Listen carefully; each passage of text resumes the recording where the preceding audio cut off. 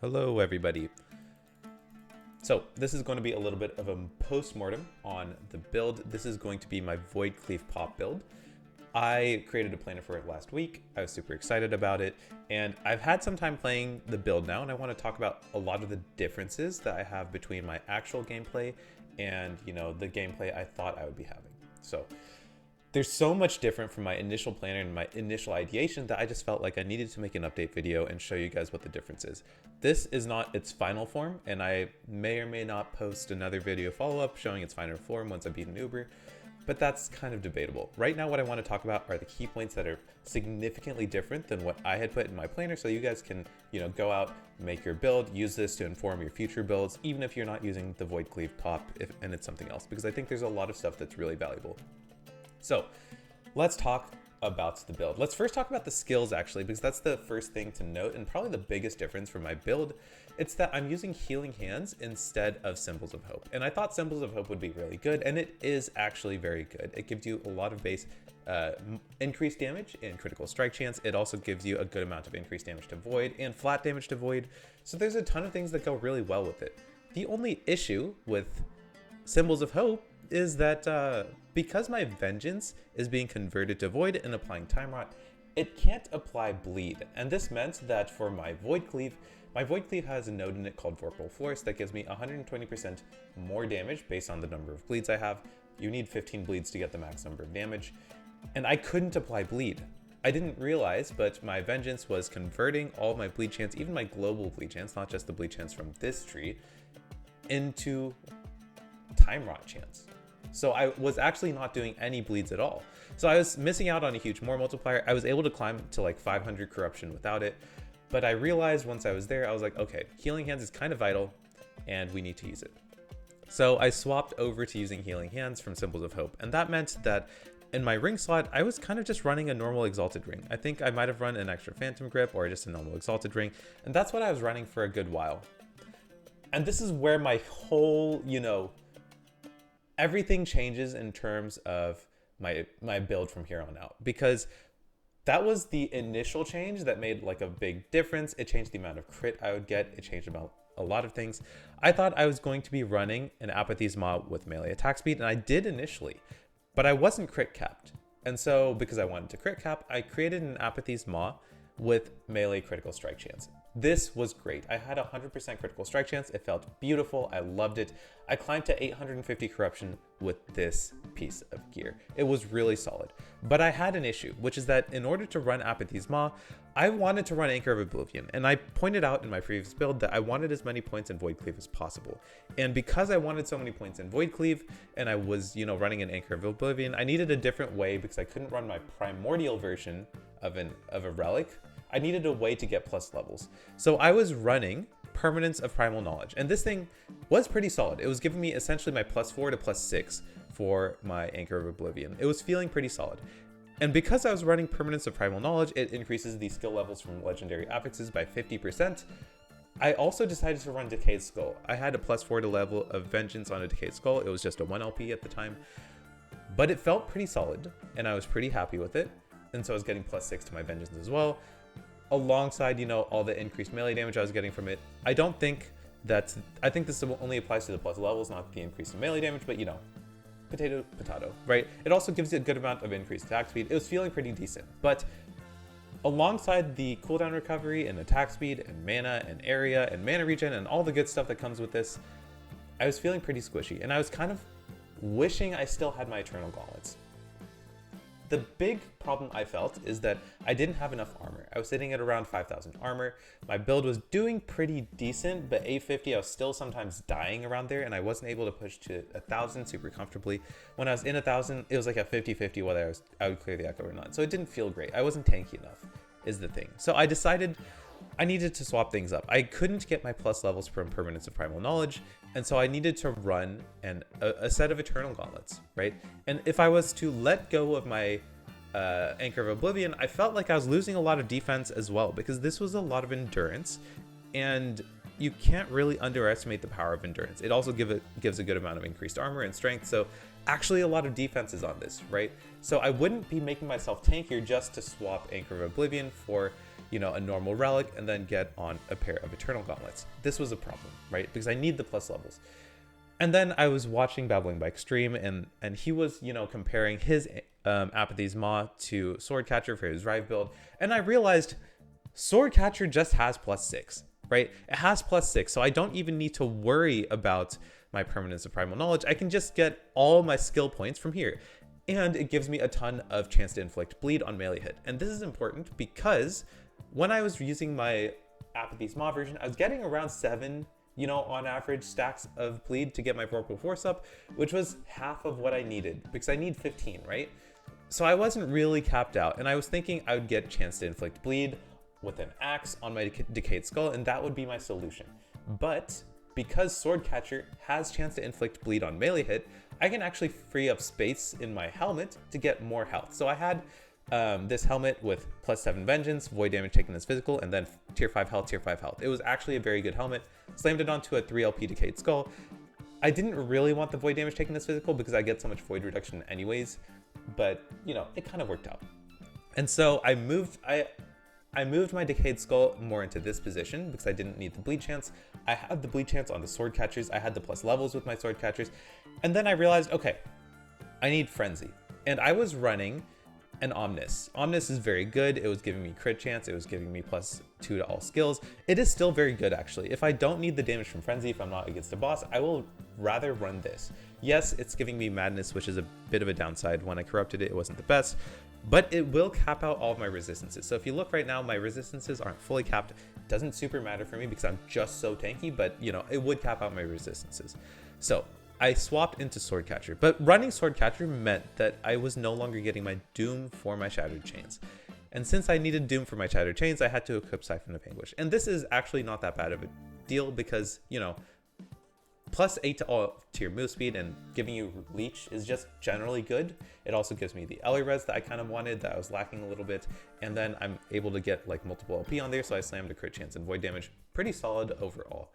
Right? So not that big of a trade-off. So I was able to do a little bit of a gear shuffle from my, from my normal Exalted ring over to this ring, get the Decayed Skull up, get the Swordcatcher up. Everything was going well. I got my Frenzy from Nihilus. It's a decently rolled Nihilus. I just kind of whiffed on the corruption. I think ideally I would have either gotten +1 to all skills, which is possible over here, or maxing out the values, because if I got, the 8% increased move speed and the +15% to all res, I would be res capped. It would be pretty solid. Right now I have a minus to all resistance, which is fine, but I am on the upper end of seconds of Frenzy, which is actually very important because the Frenzy is giving me more flat damage from my Swordcatcher. So ton of things that are working together over here to make it work. I also tried Vion's Chariot because this every 3 seconds gives your next movement skill up to 40% more melee damage. This is good. It gave me my resistances that I need. It gave me increased damage for my move speed, but the move speed goes down a little bit. I'm at 56% right now. If I equip this, oh, wait, it goes up to 68%. I don't know what happened. Back in the day, it slowed me down. So I guess it goes up, which is awesome. The only problem I had with this was that my Void Cleaves kind of didn't feel as good when clearing. So I didn't really like it. And then I also lost a lot of health because I need to slam a tier 7 movement speed over here to make it work. Whereas on my Dark Stride, I can slam a tier 7 hybrid health. So a ton of really good things over here happening. And then I had to decide, okay, I've lost my Primordial. What am I doing with it? I was running a Titan Heart. I was like, okay, do I farm up a 2 LP Titan Heart or what am I doing? I tried slamming a tier 7 melee, hybrid health on my Eternal Gauntlets, and I turned that into a tier 8. That was very good. I got 5,100 health with that, which was very powerful. But because I lacked so much melee attack speed on that one, it just didn't feel good to play. So that is technically better because I don't need that much melee attack speed. I am a combo-based build. So it was solid, but I would definitely say this set of Eternal Gauntlets was just better overall for clearing. So I am clearing 1,000 corruption right now. You've probably seen the stuff on screen. I'm probably playing the footage. So it's a pretty solid build, I would say. It's definitely not the pinnacle of what it could be because I have my Primordial on my health over here. So if you look, this is a crazy champion regalia. Yes, it's tier 4 to most things. Tier 4 to, armor and reduce damage taken from crits. Tier 5 health, tier 4 strength, tier 4 vitality. But strength and vitality are things we care about quite a bit. The 700 armor you're getting from Champion's Regalia is insane. I got 60% increased armor from the sealed affix, which is sick. And then I pretty much have a max rolled increased health.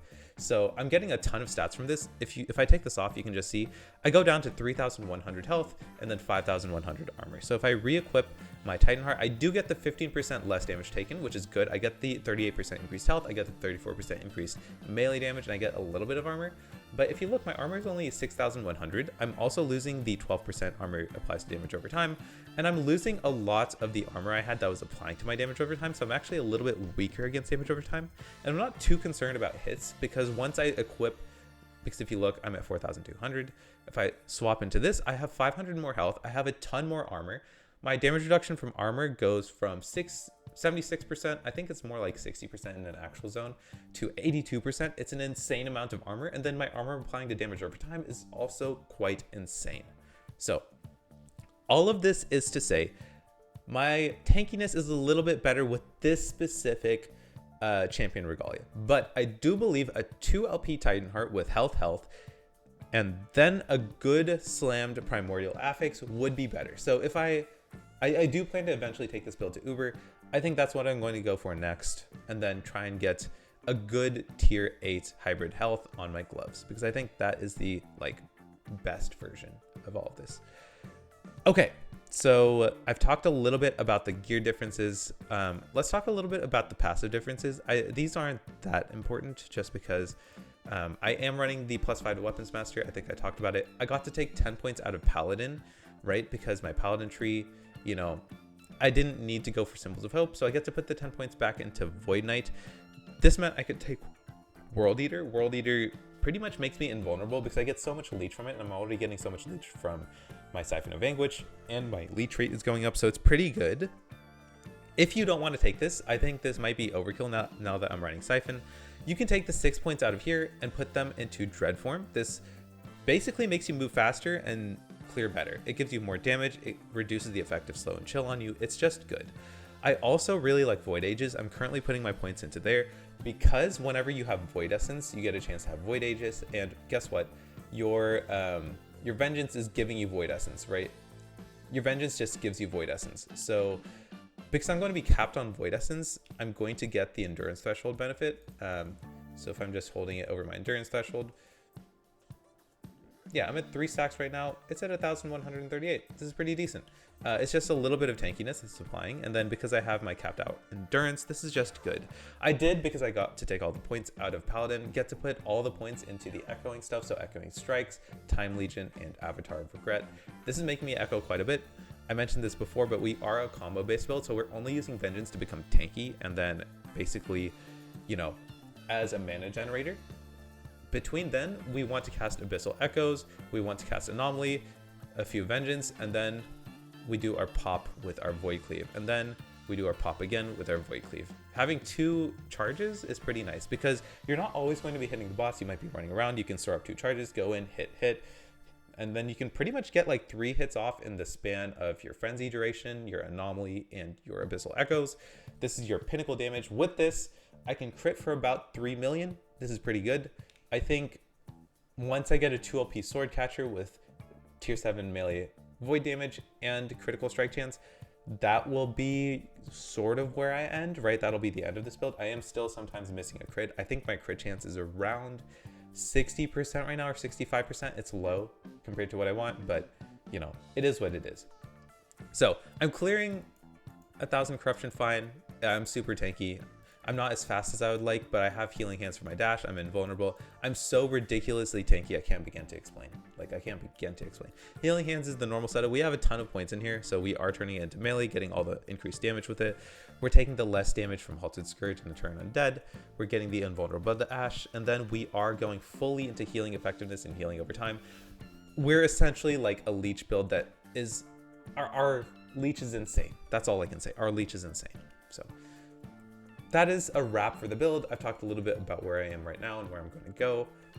Hopefully this is good for you guys to figure out what you want to do with this build, or if you guys can take any learnings from what I've done with my build compared to the initial ideation, please take it. If not, hope you guys are having a great time with Season 4 of Last Epoch. I'm having a wonderful time. When I do get to play, it's kind of hard to play these days, but I'll catch y'all later.